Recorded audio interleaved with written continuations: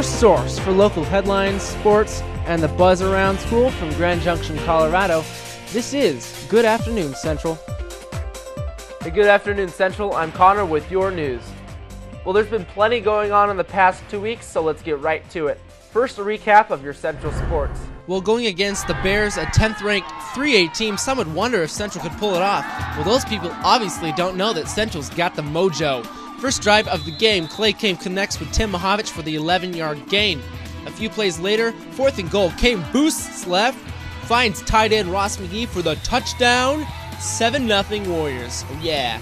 Later in the quarter, Rifles Tyler Chapman takes the pitch, but Tim Mahovich is there to punch it loose. David Hood recovers it to put an end to that drive.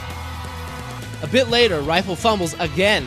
Zach Rosales picks up the loose ball and heads the other way. That goes for 6, 14-0 Warriors. On the next Rifle possession, Mahovich steps in front of Hazen Moses' pass for the INT. Stops another Bears drive. Third quarter, Nolan Curtis takes the handoff and weaves his way down for a 29-yard gain. The Warriors, we win our second straight game with a 24-7 victory over Rifle. And in volleyball, Central went against Fruta in the Southwestern League. You can see the fans are pumped up. Central's Haley Higgins gets the kill, and the Warriors lead game 1. Then Jordan Stroop gets another kill. Look at this. Warriors take game 1, 26-24. In game 2, Fruta's Kaylee Dollarshell gets the spike to cut the lead to 7, 15-8. The Wildcats would win that game but lose the match eventually to the Warriors in 4 games. Even after all the rain on Saturday, Central Tennis walked away very happy. In the number 3 singles final, Brandon Tolles blew away the competition, which happened to be Jesse Fife from Fruta. He won 7-6, 7-5, 7-5, and walked away with the regional crown, the only CHS player to do so in 10 years. So congratulations to Brandon. But on Friday, Central softball had a hard time hitting against the opposition's pitchers.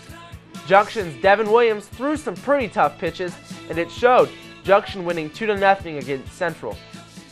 Well, District Attorney Pete Hotzinger is charging 2 teens as adults for shooting a Palisade High School senior.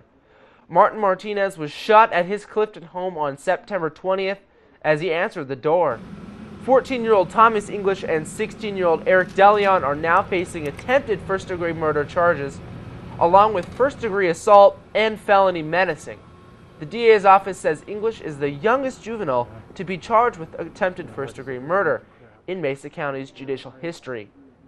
The 2 teens are scheduled to be advised of the charges against them sometime this week. Well, thanks for all your suggestions and nominations on who should be Central's outstanding student. And this week, it's Courtney Borden, a senior with a long-running talent for singing. It's no problem for Courtney Borden to sing a song. She's been doing it since I could talk.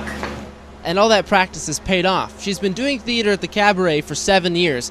Actually, I caught up with her right before she went on stage for Footloose the musical. What part do you play? Earlene. She's the main girl's best friend. Courtney sings in choir at Central and has acted in numerous Central plays, so I had to ask the question. What's the highest note you can hit? Oh, pretty high.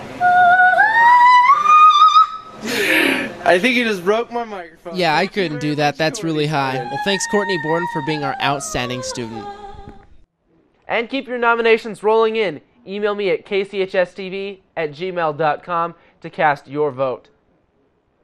Well, Amazon.com is trying to take on iTunes as it launched its very own music website. The site has more than 2 million songs, which are sold without copyright protection. Songs cost 89 to 99 cents. Now, Apple charges $1.29 for songs without copyright protection. But there's also LimeWire, the file-sharing program that lets you download songs for free. And this leads us to your Central Talksback poll. Here's a question. Where do you get your music from? LimeWire, iTunes, Amazon, or the old way? CDs maybe? I have a ton of them at home. Email your answers to me at kchstv@gmail.com or drop them off in the red suggestion locker on your way to the cafeteria. I need your help with this one. Next week I'll feature a story on how our culture gets its music, and I need your answers. Well, the United Nations held a special session last Monday aimed at slowing the planet's climate change. Former Vice President Al Gore was one of several speakers who addressed the assembled world leaders. The star of the award-winning documentary, An Inconvenient Truth, urged officials to devise new methods of cutting climate warming emissions. We must quickly halt the buildup of global warming pollution in order to protect our future as the human species on this planet. We must solve the climate crisis. According to UN scientists, over the past century, the global average temperature has increased by 1.3 degrees, while the planet's sea levels rose 6.6 inches due to expansion and melting ice. Well, the editor of the Colorado State University newspaper, who directed an obscenity at President Bush, could be getting fired. The editor faces a disciplinary hearing this week over the editorial. The written story was in response to the tasering of a student at the University of Florida.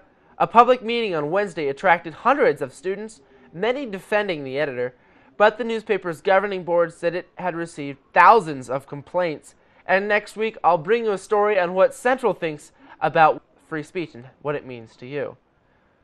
Why does O.J. love the courtroom so much?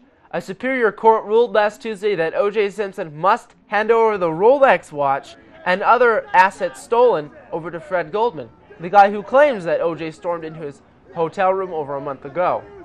The judge also ruled that any of the seized memorabilia from that Las Vegas robbery case that proves to be stolen must be turned over as well.